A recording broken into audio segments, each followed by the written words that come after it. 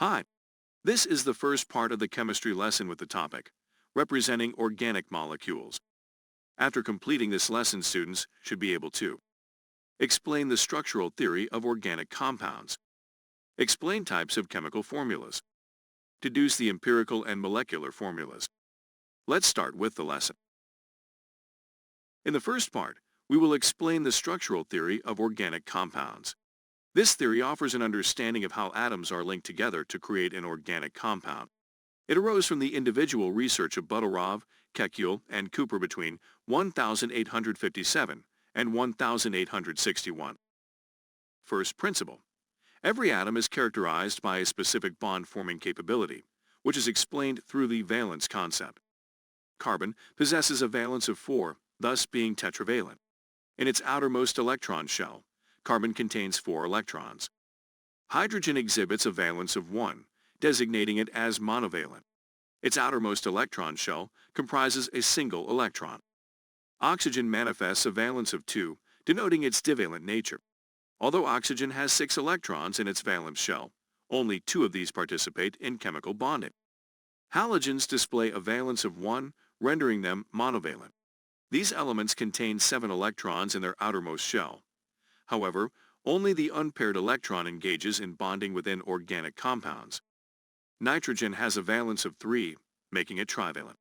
Despite having 5 electrons in its outer shell, only the unpaired electrons from this valence shall partake in bond formation. Second principle. Carbon possesses the ability to form single, double, and triple bonds. Carbon engages in single bond formations as observed in alkanes.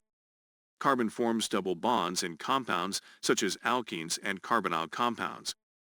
Conversely, carbon forms triple bonds in molecules typified by alkynes and nitriles. The third principle. There may be 2 compounds that share the same molecular formula, but possess different structural formulas. These compounds, termed isomers, retain the same atomic constituents but display variations in their spatial arrangement. Due to their different structures, these compounds exhibit different physical and chemical characteristics, making them entirely unique substances. Let's exemplify the concept of isomerism. The organic compound with the molecular formula C2H6O can be represented by 2 different structural formulas which are isomers of each other. Here's a breakdown. Ethanol or ethyl alcohol.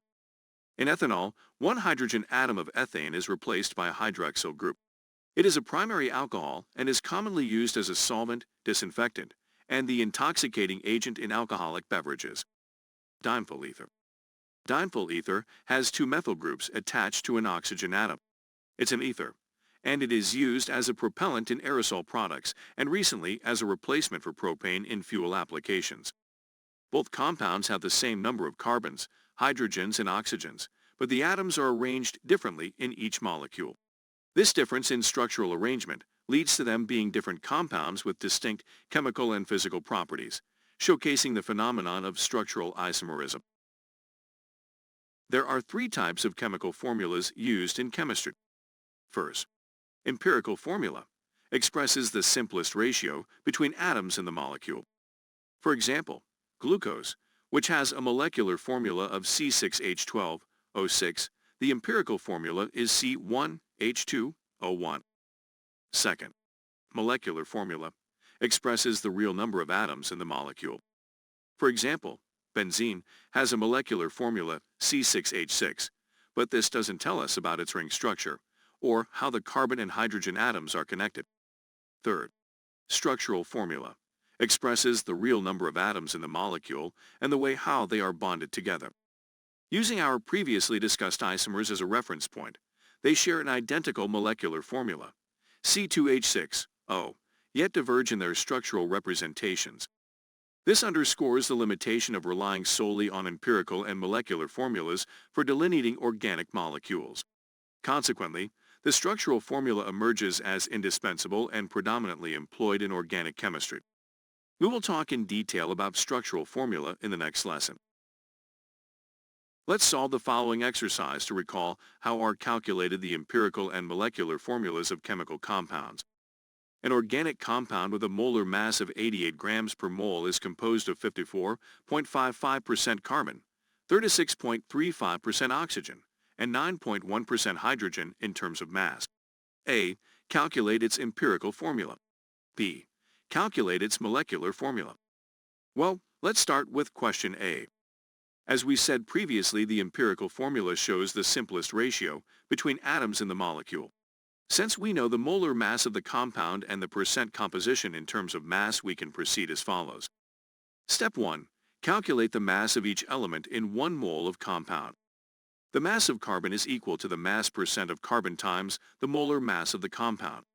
So 54.55% times 88 grams per mole equals to 48 grams of carbon. The mass of oxygen is equal to the mass percent of oxygen times the molar mass of the compound. So 36.35% times 88 grams per mole equals to 32 grams of oxygen. The mass of hydrogen is equal to the mass percent of hydrogen times the molar mass of the compound. So 9.1% times 88 grams per mole equals to 8 grams of hydrogen. Step 2. Calculate the number of mole atoms of each element.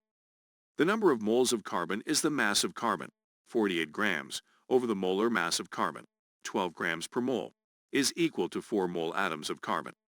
The number of moles of oxygen is the mass of oxygen, 32 grams, over the molar mass of oxygen, 16 grams per mole, is equal to 2 mole atoms of oxygen.